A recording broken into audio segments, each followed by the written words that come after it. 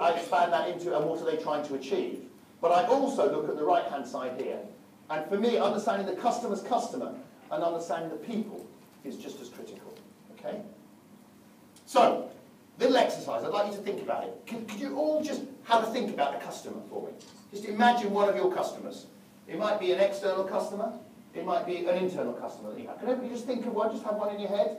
Somebody you have to deal with? Maybe it might be your boss. I don't know. Whatever. Just have a think about a customer that you have personally. One of your customers. Okay? Everybody able to do that? Right. Let's have a look. How good are your soft insights about that customer? Okay? Have a think about this then. Let's start off with the business. To what extent do we understand what this customer is trying to achieve? Okay, that's the area we want to look at. So let's have a look at some hard things. Do you know where this customer wants to go in the future? What targets have they set for the future? How big a change is that from where they are today?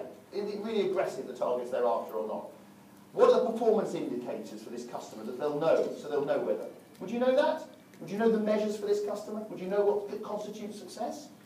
Because if you don't, I would argue you probably don't have enough information to really influence them. Because that's what they're working to. Think about it. If I told you tomorrow you can earn a bonus worth 3 times your salary if you walk in the front door at exactly 1 minute past 8 every morning, what are you going to do? You're going to walk in the door at 1 minute past 8 every morning, aren't you? You're driven by your performance indicators. Of course you are. We all are. So if you don't understand that about the person you're dealing with, it's going to be difficult to know how to really influence them. Also in that area, have a think about this. What are the main barriers that they face at the moment to achieving the targets that they're after?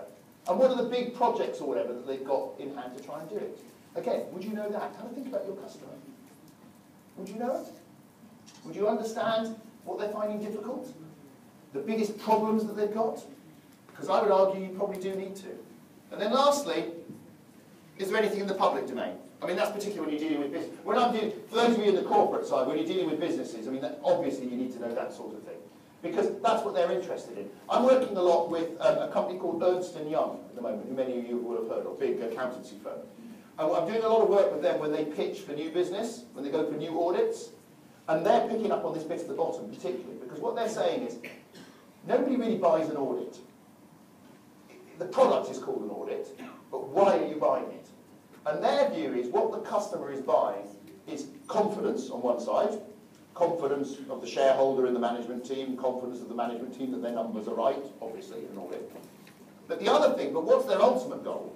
Their ultimate goal is to deliver whatever their strategy is, to deliver their goal. So what they try and do is show how their audit can help you as you try and achieve your goal. So not only will we give you confidence and safety and security, but also we can help you achieve your goal.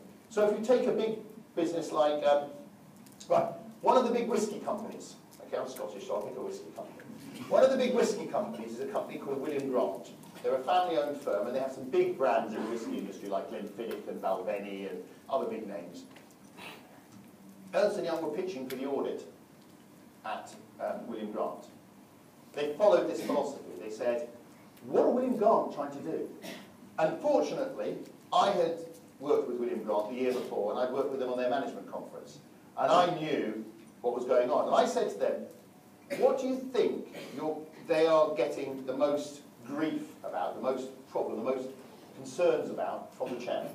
What do you think the chairman is saying to the chief executive about the biggest problems or the biggest issues? And the answer was brand value. In the whiskey industry, it's really important not to fall into the trap of price discounting all of the time. You need to build a picture of your brand that means people are willing to pay a premium. But the whiskey industry is a habit, price discounting the whole time. And the chairman, who was a member of the family, the Grant family who owned it, was very upset about this. So I said to Ernst & Young, if I was the finance director and the chief executive, I know that the thing I'm getting the most problems with at the moment is being told that I'm devaluing the brand and I need to go for brand value. That's how you need to pitch your audit.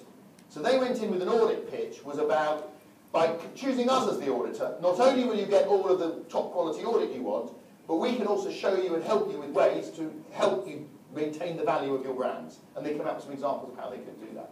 No great surprise, they won the audit. Because the management team said, these are guys who actually understand us and understand our business. So the business bit's really important.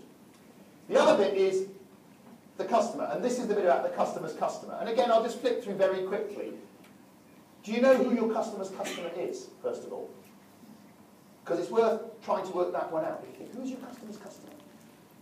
What constitutes satisfaction for the customer's customer? What is your customer promising to their customer? Because that's what's driving their behaviour. And again, if we don't know that, how can we really influence them? What are the key elements of the customer's product or service that are being valued by their customers? What are the big things that they do that their customers think is fantastic? In their customers' eyes, what are they good at? What are they not good at? It's almost the same questions you would ask yourself about your customer. You're saying, what about the customer's customer? Yeah, that's on the customer's customer. What else did I ask about? Yeah, then you get to the bit about the personal bit. And the personal bit I've kind of talked about already. You know, for corporates, obviously, it's the key thing, like who are the big decision makers, what's the organisation structure, things like that. By the way, I'll leave you copies of these. I know I'm their long list, so I'll deliberately just show you. For your immediate customers, lots of things you need to know, like what do they think of you at the moment? Good idea to know, isn't it? What are his or her personal goals for the year ahead? What are the barriers to achieving it? What's their personal future ambition? What's their relationship like with their boss? What's their personal workload like? Where are they under pressure? What keeps them awake at night? All sorts of questions like that that are all bits about their working.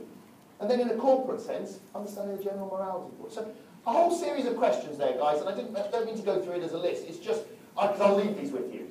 And they're prompts. You, I'm sure, as very bright people, will think of many more questions.